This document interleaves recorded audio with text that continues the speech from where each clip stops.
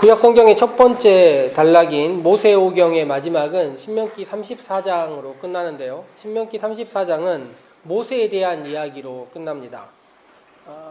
34장의 주요 단락은 모세가 죽었는데 그냥 죽지 않고 모세가 이스라엘 백성들을 건너가게 했다, 이렇게 끝납니다.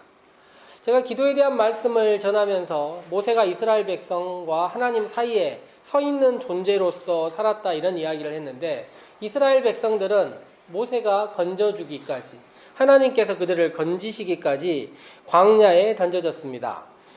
복음서를 읽을 때마다 우리들은 예수님께서 세상에 오셔서 시험을 받으셨다, 이런 이야기를 제가 여러 번 드렸는데, 그 시험이라는 것이 한 번에 세상을 구원하게, 예수님의 능력만으로 모든 것이 가능할 수 있도록 이렇게 거래를 하는 일을 이야기를 했습니다.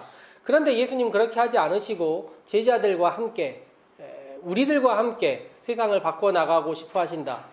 그러다 보니 실패하고 좌절하고 어려운 길을 가시는 것이다, 이렇게 이야기를 드렸고, 이것은 이스라엘 백성들도 마찬가지입니다. 광야에서 애굽에서 가나안 땅으로 가는 매우 빠른 길이 있었음에도 불구하고 그 길로 가지 않고 광야를 거쳐가면서 실패하고 좌절합니다.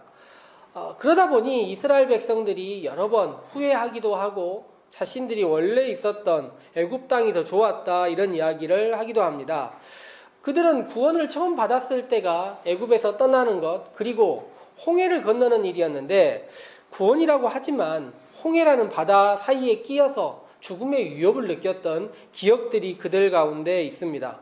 그래서 그들이 추후에 가나안 땅이라는 낯선 곳으로 또 던져져야 했을 때, 홍해에 들어가는 것처럼 낯선 사람들의 무리 속으로, 가나안의 높은 성벽 속으로 혹은 그들의 무기 속으로 던져져야 했을 때 두려움을 느끼는 것이 어찌 보면 당연하다 말할 수 있을 것입니다.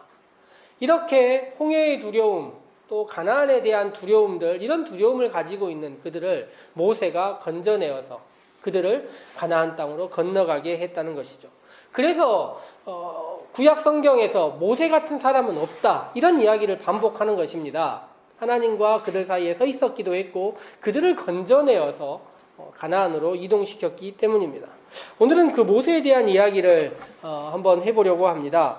출애굽기 1장은 시작할 때 가나안에서 애굽에 이른 이스라엘 자손들의 이름들을 짧게 기록한 다음에 그들 다 죽었다, 이렇게 1차적으로 이야기를 합니다. 그리고 이스라엘 백성들이 생육하고 번성하고 되게 많아졌다 이야기한 다음에 요셉을 모르는 왕이 나왔습니다. 그런데 이 다음에 과장들이 조금씩 있는데요, 애굽 사람들이 말하기를 뭐라고 이야기하냐면, 이 백성이 우리보다 많고 강하구나. 실제적으로 그런 일은 있게 되게 불가능하고 어려운 일인데 우리보다 많고 강하다고 얘기를 합니다. 핑계를 이렇게 댄 다음에, 적들을 되게 과장한 다음에, 두렵다 이야기한 다음에 그들이 하는 일이 무엇이냐면 일을 시키는 거예요. 자기보다 강한 사람들에게 어떻게 일을 시키겠습니까? 사실은 약한 사람들이고 한 무리의 사람들이었는데 일을 시킬 핑계를 여러 가지로 만들었습니다. 그들을 짐을 지우고 괴롭히는 일이었어요. 그리고 나서 이 강도를 점점 더 높여가는 일을 하게 됩니다. 더 엄하게 하고 더 엄하게 해서 이스라엘 백성들을 괴롭힌 일들을 반복했습니다. 결국 이들이 했던 마지막 일이 뭐였냐면, 산파들을 불러가지고 아이가 낳을 때 딸이면 살려두고 아들이면 죽여라, 이렇게 얘기를 했단 말이에요. 근데 산파가 2명이 나옵니다. 결국 이 2명이라는 것은 어떻게 생각해 볼 수 있냐면, 이스라엘 백성들이 살고 있는데 산부인과가 딱 요 하나 정도 있으면 될 크기라는 것입니다. 요 정도 사이즈라는 거예요. 그런데도 이들을 두려워서 이들을 노동의 일로, 더 괴롭힘의 일로 반복했다는 것을 볼 수 있습니다. 그런데 그때 마지막에 그 사이에 바로가 했던 말이 무엇이냐면, 우리가 지혜롭게 행하자예요. 지혜롭게 행하자고 말하면서 계속 그들을 괴롭히고 반복하는 일들을 볼 수 있습니다. 말은 누구 입장에서 사용되느냐에 따라서 전혀 다르게 사용됩니다. 누구 입장에서 지혜이냐, 이것이 무척 중요하단 말입니다. 차별, 분리, 혐오 같은 우리가 일상에서 최근에 가장 이슈가 되는 단어들도 그것을 저지르는 사람들 입장에서는 어찌 보면 지혜로운 일이에요. 자기 몸을 건사하는 일이고 자기의 영역을 지키는 일이라는 것입니다. 정말로 지혜롭게 하겠다고 이스라엘 백성들이 상상할 수 없는 일들을 반복했던 것입니다. 우리가 역사를 통해서 20세기 역사를 보면 나치의 역사를 봐도 알 수 있는데, 그들이 독일 입장에서 땅을 넓히고 생존 공간을 확대하는 지혜로운 일을 했어요. 그런데 다른 민족은 어떻게 됐습니까? 죽임을 당한 것입니다. 일본 입장에서도 마찬가지입니다. 그들 입장에서는 지혜롭고 대동아를 하나로 만들고 또 서양에 비해서 뒤처지지 않는 아시아를 만들겠다는 지혜로운 꿈을 꾸었다고 말은 하지만, 그들이 했던 일들, 우리 민족과 아시아 전체에 어떤 고통을 줬는지 우리 모두 알고 있지 않습니까? 그런데 지금 같은 시절에도 애써 다시 일본을 입장해주면서 이해해주면서 그들이 지혜롭게 했다 말하는 사람들이 있다는 것은 역사를 모르는 것이고, 이 지혜라는 말들이 상대의 입장에서 어떻게 사용되는지 또한 모르는 것이고, 성경과 역사를 무지하게 모른다 말할 수 있겠습니다. 그들이 나라가 지혜롭게 했던 행동들은 바라보면 굉장히 작은 일부터 시작해서 민족 절체를 말살하려는 일까지 굉장히 점점 진행되는 것을 볼 수 있는데, 그들이 오히려 두려워했던 것은 이스라엘 백성들의 숫자가 아니라 그들이 했던 압제의 정당성이 없음, 그들이 나쁜 일들을 반복하는데 자신들의 양심에 비추어 봐도 이런 일은 정말 하면 안 되는 일이라 생각되었던 것들, 이런 것들이 두렵지 않았나 생각해 봅니다. 가장 쉬운 일은 압제의 수준을 낮추는 일이고 함께 살아가면 되는 일인데, 그것을 하지 않고 점점 나쁜 일들을 반복하다가 결국 사람을 죽이는 일들, 아이들을 죽이는 일까지 반복하는 것입니다. 헛된 지혜를 숭상하는 사람들이 이 두 명의 산파를 통해서도 그 일이 이루어지지 않자 바로는 이스라엘의 모든 남자아이를 나일강에 던지라는 이야기까지 하게 되는 것입니다. 성경에 보니까 2장에 이런 표현이 있습니다. 더는 숨길 수 없게 되었다. 그래서 던졌다라는 말인데, 더는 숨길 수 없게 되었다는 말이 무슨 말이겠습니까? 자신의 존재를 드러낸 것입니다. 눈이 마주치고 생명으로서의 부모와의 관계가 형성이 되고 자기가 살아있으니 자기의 표현을 울음으로 다른 방식으로 하기 시작했다는 것입니다. 그런데 그 아이가 던져진 것입니다. 보니까 왕의 명령이다, 남자아이기 때문이다, 애써 준비된 갈대 상자가 있고 역청이 있고 나무로 싸지고 여러 가지 이야기들에 대해서 추후에 그 누구라도 변명할 수 없게 되어 있습니다. 100일 된 아이가 던져진 것에 대해서 말입니다. 그런 상황에서 성경에 따르면 모세는 놀라운 은혜의 연속으로, 어찌 보면 행운의 연속으로 구원받았습니다. 생명의 위협이 있던 시절에서 벗어나서 친엄마와 누이 속에서, 누이의 품 안에서 자랐고 이후로는 공주의 아들로 자랐습니다. 이게 얼마나 은혜 받은 일이고 남들 입장에서 볼 때는 놀라운 행운이라 볼 수 있겠습니까? 그런데 그의 이름이 모세예요. 여기에 결정적인 문제가 있습니다. 모세란 이름의 뜻이 우리가 흔히 알기에 어떤 이름입니까? 물에서 건짐을 받았다, 이런 뜻 아닙니까? 차라리 이런 이름이 아니고 오히려 평범한 이름들이었으면 오히려 오해가 없었을 것 같습니다. 사람들이 추후에 모세의 이름을 묻습니다. 너의 이름은 무엇이냐? 모세입니다. 너는 왜 그런 이름을 가지고 있느냐? 근본적으로 이름부터 가지고 있는 묘사가 무엇이냐면 던져짐, 버려짐을 묘사하고 있는 것입니다. 당시에 애굽 땅에서 물에 버려진 아이 중에 유일하게 살아난 아이일 수 있습니다.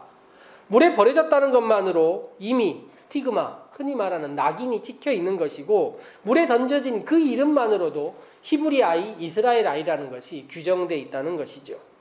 구원받았다고 말하지만 모세의 일생은 구원받지 못하고 살고 있었던 것입니다. 그리하여 그 이름 때문에, 모든 것을 알 수 있는 그 이름 때문에 모세는 이스라엘 백성, 자신의 민족을 찾아가고 그들 안에서 구원받고 싶어 합니다. 그래서 구원받고자 했던 행동이 무엇입니까? 자신의 민족을 학대하던 애굽 사람을 죽였던 것입니다. 그런데 학대받던 사람들, 이스라엘 사람들은 또 모세를 자신들의 민족으로 생각하지 않는 것입니다. 자신의 선의로 받아들여지지 않고 이스라엘 사람들 눈에는 그의 이름이 어떠하든지 그는 바로의 공주의 딸이고 아들이고, 그리고 그는 그쪽에서 구원받은 사람이라 말할 수밖에 없는 것입니다. 이쪽 저쪽에서 다 초대받지 못하고 함께하지 못하는 모세는 결국 이 민족 저 민족 함께하지 못하고 낯선 곳으로 던져집니다. 성경에 보니 유일하게 모세를 받아들여준 사람들은 광야에 있던 사람들이었습니다. 그들 모두가 광야로 던져져 버린 사람들입니다. 그래서 그들은 어디에도 포함되지 못하고 그곳에 살고 있었기에 그들에게 던져진 모든 사람들을 쉽게 받아들이고 포용했던 것입니다. 모세의 삶은 강에 던져진 40년과 광야에 던져지고 잊혀진 40년, 이렇게 80년의 삶을 살았던 것입니다. 그렇게 던져지고 버려진 모세가 오늘 진정으로 건져진 이야기가 성경 가운데 나와 있습니다. 40년이 지난 다음에 오늘 모세의 이야기가 시작되는데 첫 번째 1절을 보면 이런 구절이 있습니다. 모세가 그의 장인 미디안 제사장 이드로의 양떼를 치더니 40년이 지났는데요. 아직도 자신의 양떼가 아닙니다. 자신의 양떼를 지키고 있는 것이 아니라는 것입니다. 장인어른의 양떼를 아직도 치고 있다는 것이죠. 우리가 창세기에서 읽었던 야곱 같았으면 어떻겠습니까? 자신의 떼를 가지기 위하여 수단과 방법을 가리지 않고 얼마나 많은 노력을 했을까요? 그런데 모세는 어떤 일도 주도적으로 하지 않습니다. 출애굽기 약간 뒤쪽을 보다 보면 이스라엘 백성들이 애굽을 떠난 다음에요. 모세의 장인이 모세를 만나러 옵니다. 그때 모세가 뭐라고 얘기하냐면 당신이 우리의 눈이 돼달라고 얘기를 해요. 광야길을 갈 때. 모세는 광야에서 40년을 살았는데 광야길을 알려는 노력도 하지 않았습니다. 그러니 자신의 양을 가질 수 없는 것이죠. 버려진 존재로서, 잊혀진 존재로서, 모든 것을 포기해버린 존재로서 살고 있었던 것입니다. 그런 모세를 하나님이 찾아가십니다. 모세와 같은 이 떨기나무, 나무를 향해서 완전히 말라있는 것 같은 모세를 찾아가셔요. 하나님은 광야에 말라있는 나무에 하나님의 능력을 보이기 위하여 불을 지피십니다. 심하게 말라버린 이 나무가 광야에서 자기들끼리 접촉하다가 말라있다가 불에 타는 경우는 흔한 일이라고 합니다. 금방 사그러들여 버리는 것이 당연한 것이죠. 모세는 이 광경을 보다가 그냥 지나갔습니다. 그냥 지나갔는데 지나갈 때 이미 타버려야 될 나무가 어떻게 된 것입니까? 타지 않고 있었던 것입니다. 그래서 모세가 처음으로 자신의 의지를 보이는 단어, 돌이켜가서, 내가 돌이켜가서 이 광경을 보리라. 지나쳐버리는 일이 일상이고 잊혀져 버리는 것이 일상이던 삶 가운데서 무엇인가 주목하여 바라보고 가던 길을 바꾸어서 모세가 능동적으로 바라본 것입니다. 왜 저 떨기가 타지 않고 있는 것인가? 이런 상황 속에 살고 있는 모세를 향하여 모든 것을 믿지 못하고 어떤 것도 의지하지 않고 살고 있는 모세를 향하여 하나님은 찾아가시고 그 모세를 부르셨습니다. 신약성경을 보면 바울이 이런 상황을 성도, 하나님이 부름받은 사람들, 이 성도라는 말이 거룩한 사람이라는 뜻이 아닙니까? 하나님께서 모세를 부르셔서 그 장소를 뭐라고 부르십니까? 내가 선 곳이 거룩한 곳이다라고 불러요. 거룩한 곳의 선자가 성도가 되는 것입니다. 하나님께서 모세를 부르시고 내가 너와 함께하겠다 이야기를 하고 그 과정 속에서 거룩한 자리로 모세를 인도합니다. 이런 상황에서 바울은 뭐라 이야기하냐면 그렇게 부름받은 사람들이 하나님의 이름을 부르는 것, 이것이 성도입니다. 그리스도인입니다. 정말로. 그런데 모세는 추후에 뭐라고 이야기하냐면 하나님의 이름을 부르기 위하여 하나님의 이름을 부른다는 것입니다. 하나님의 이름이 무엇이냐 묻는다는 것입니다. 하나님은 모세를 부르신 다음에 거룩한 곳이다 이야기를 하시고 모세의 신을 벗기십니다. 하나님께서 모세에게 원하는 경배의 모습이 단 하나, 신을 벗는 일이었어요. 그 상태는 무엇일까요? 신발이 벗겨져 있는 상태. 오늘 우리 주보의 앞면의 그림을 보시면 마르크 샤갈이 그린 그림이 있습니다. 샤갈이 참 의미를 잘 담는 그림을 잘 그리는데 떨기나무 앞에 모세가 있고 모세가 오른쪽에도 모세고 왼쪽에도 모세예요. 두 사람 다 모세입니다. 근데 오른쪽에 있는 모세가 가슴에 손을 얹고 맨발로 있는 모습이 나옵니다. 신을 벗어라 했으니 맨발인데 맨발이란 어떤 것일까요? 모세가 물에 던져져 있을 때의 모습, 처음부터 던져져 있고 아무것도 갖추지 못한 이 맨발의 모습, 광야에서 버틸 수 없는, 신발도 없는 그 모습, 모든 것이 버려져 있는 모습, 던져져 있는 모습으로 모세를 처음으로 초대하는 것입니다. 그리고 나서 하나님 뭘 하십니까? 새로운 존재로 건져내기를 원하신다는 것입니다. 그래서 하나님께서는 이전에 모세에게 없었던 약속들을 하시고 모세와 대화하십니다. 10번 이상 반복되는 대화 가운데 하나님께서 확인시켜 준 다음에 뭐라고 이야기를 하십니까? 던져버리지 않겠다. 오늘 읽은 말씀 8절 말씀을 보면 하나님이 내가 내려가서 그들을 애굽인의 손에서 건져내고, 이스라엘 백성들을, 모세 너를 지금 건져내듯이 이스라엘 백성도 건져내겠다 이야기를 하는 것이죠. 샤갈이 가장 잘 묘사한 것은 떨기나무 오른쪽도 모세고 왼쪽도 모세입니다. 출애굽기 34장 보면 하나님 만난 모세가 광채가 났다 이렇게 나와 있는데, 광채 표현 번역을 잘못해가지고 중세 이후로 모세 머리엔 다 뿔이 달렸어요. 광채와 뿔이 같은 거의 비슷한 단어여서 성경 가운데 뿔이 있는 사람은 다 모세입니다. 근데 오른쪽에 있는 모세가 광채를 가지고 새로운 존재로 거듭나서 왼쪽을 향하여, 어딘가를 향하여, 의미를 향하여 걷는 모습이 있다는 것입니다. 모세는 다시 신이 벗겨진 채로 하나님 앞에 섰지만 하나님께서는 물 위에서만 건지시는 것이 아니라 모세의 이름을 부르고 소명을 주시고 그를 불러 건져서 새로운 존재로 만들어 주셨다는 것입니다. 그리고 틈날 때마다 모세의 이름을 반복해서 부르셔서 이스라엘을 구원할 수 있도록 자기 자신만 건진받는 존재가 아니라 이스라엘을 건져내고 건져낼 수 있는 존재, 건너갈 수 있는 존재로 바꾸어 주셨다는 것입니다. 모세만 그러할까요? 오늘 우리를 살아가는, 세상을 살아가는 우리 모두도 이 세상 가운데 던져진 존재들입니다. 세상의 욕망 속으로, 세상의 물질 속으로, 아니면 자신의 욕망과 자신의 헛된 망상들 속으로 우리는 던져졌습니다. 세상이 혹은 자본이, 타인의 욕망이 우리들을 그곳에 던졌기 때문에 우리들은 여전히 건진받지 못하고 방황하고 있다는 것입니다. 성경 가운데 구약 성경은 타고 있지만 타지 않는 새로운 존재를 우리 가운데 보여줍니다. 모세가 본 것은 가시나무, 떨기나무가 그랬던 것이고, 신약 성경은 성령이 이렇다는 것을 우리에게 보여줍니다.